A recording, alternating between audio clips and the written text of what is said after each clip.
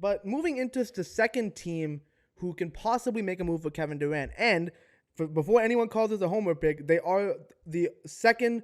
They have the team with the second best odds to land Kevin Durant as of this recording. And they have the pieces to put together a deal without involving a third team.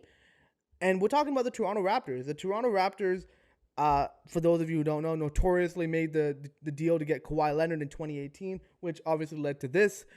But again, Masai Ujiri and Bobby Webster could potentially make a move to go get Kevin Durant. Now, why would a deal for Kevin Durant work? Well, first off, the Toronto Raptors, they have a great culture. They have a strong front office, great coaching. They also have winning pieces. Like, they already have championship caliber players on the roster. Obviously, Pascal, Fred, OG, the list goes on and on. They have some good vets, some role players. They have a good foundation to be put into. And similar to the Kawhi Leonard situation, it could be a plug-and-play situation where you can put Kevin Durant with a mix of some good role players and a good system and good coaching, and it could lead to another championship. Not to mention, Toronto is also a great city. It's got a great fan base. But on top of all of that, is that it doesn't have the media attention that Kevin Durant honestly doesn't really like, to be perfectly honest with you. And that's something that I think Kawhi Leonard really loved, is the fact that not many people care about a team in Canada, especially U.S. media. So the reality is that it's a good place for Kevin Durant to just play ball, which is exactly what he wants to do. Now, the big question for the Raptors is going to be, how much will they have to give up for Kevin Durant? But when you're talking about the on-court fit, I mean, offensively, Pascal Siakam and Kevin Durant would be a great fit because Kevin Durant can space the floor for Pascal, and then Fred VanVleet can also just become that sort of Kyle Lowry, the 2019 Kyle Lowry role, where he can be that third or fourth option, which is perfect. Defensively, it'd be a great fit, especially if they keep guys like Scotty Barnes and still have some of those 6'9" guys like Precious Achiuwa. So again, it's going to be a great fit. And then not to mention, I said it before, they have the pieces to make a deal work without involving a third team. They have good salaries to match. They have good young players, and they have all their picks. So it's pretty compelling argument once you start breaking it down for Toronto. Now, why wouldn't the deal work? Like, why wouldn't this move work for the Raptors? Well, first and foremost, the Toronto Raptors aren't on Kevin Durant's wish list of teams that he wants to go to. Not really a shocker, especially for us. Not a lot of free agents and big-time players want to come to Toronto. And please don't listen to Chris Broussard. Toronto is a great place. It's a great city. Again, that guy's known for making stuff up. That was the most asinine take I've heard in a while.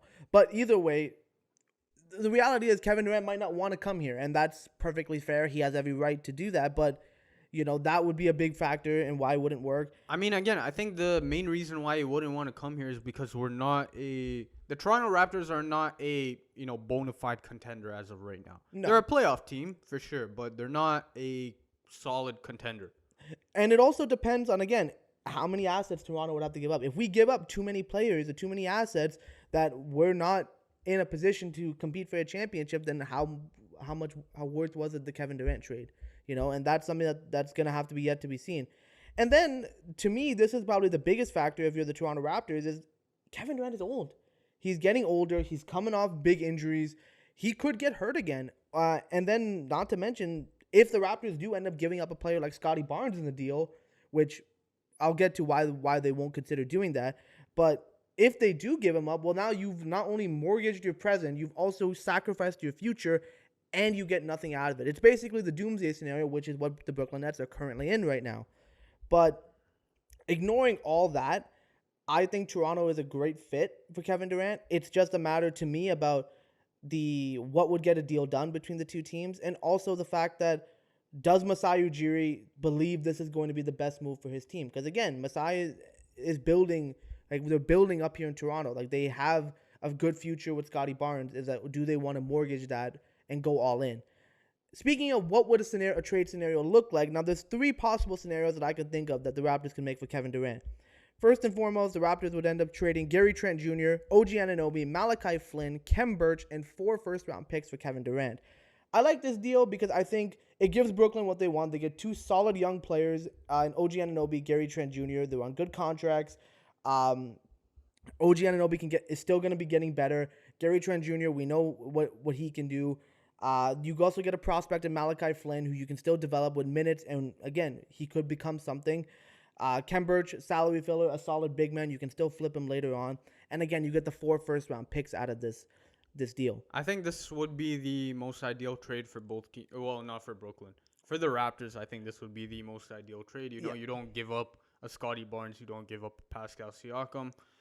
And, you know, so I think you add Kevin Durant to what you already have. I think you're significantly better and you become a championship contender now. Exactly. And it would suck for the Raptors to lose a player like OG Anunoby, but when you think about it, you're swapping him in for Kevin Durant and you're not losing Scotty Barnes. And the reason why the Raptors wouldn't want to give up Scotty Barnes is, again, this guy could have potentially another 15 to 20-year career where he can become a superstar. He could become the next Kevin Durant, you know, in terms of being one of the top players in the league. So why would you want to give that up for the unknown commodity that what Kevin Durant will be? So that was scenario number 1. The second scenario would be Gary Trent Jr., Pascal Siakam, Malachi Flynn, and 3 first-round picks for Kevin Durant and Seth Curry. Now, this would be if the Brooklyn Nets still want to remain competitive right now. You get an all-star caliber player in Pascal Siakam, all-NBA player. You still get Gary Trent Jr., a solid role player. Again, Malachi Flynn is the prospect. 3 first. You get less first than what you would for OG Anunoby, but you are getting the better player in the deal. And this would also mean that Kevin Durant and Seth Curry go to Toronto. Again, KD will now have not only Scotty Barnes, you have OG Anunoby and Fred VanVleet, and Seth Curry on that roster, plus whatever's already existingly on the Raptors.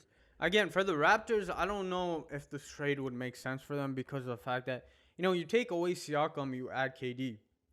You're taking away potentially like 23 points that Siakam puts up on the daily, plus his defense, plus his playmaking. But right? OG and Scotty could also get better. Exactly. Too. That's what you bank on. That's the flip side, right? So you bank on that, but, you know, you have to give up what you already know is established in Pascal Siakam. And in terms of contending for a championship, we know how good of a number 2 Pascal Siakam is. And if you're Brooklyn, I mean, I would be kind of happy with Pascal because then you can still get pieces to surround Pascal with. So that's another one. And then the final trade, this is a trade that I don't see likely happening, but it could be possibly out on the table.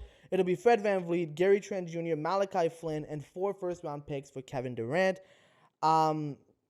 Again, that's if Brooklyn is interested in Fred VanVleet. But again, I don't think this would be a great trade for either side, to be honest with you, because I don't think Toronto has a replacement at point guard unless you just move Scotty Barnes or Pascal Siakam to that position. But again, it's another option. But again, you see, the Raptors will have more options available to them because they have these salaries and picks to make a one-to-one deal with Brooklyn. But it's interesting to see what happens. But Toronto is definitely in the mix for Kevin Durant. I think Toronto has to be, you know, up there in terms of the odds for the mix.